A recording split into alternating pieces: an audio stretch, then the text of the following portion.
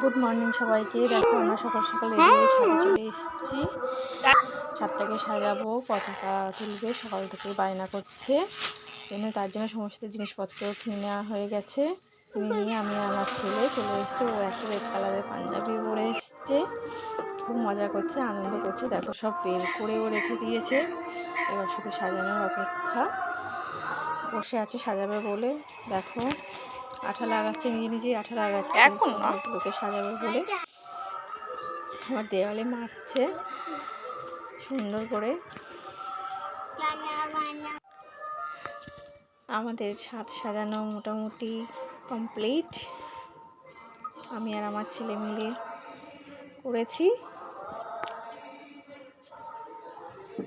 দেখো কেমন হয়েছে, আমাকে প্লিজ একটু কমেন্ট বক্সে জানাবে।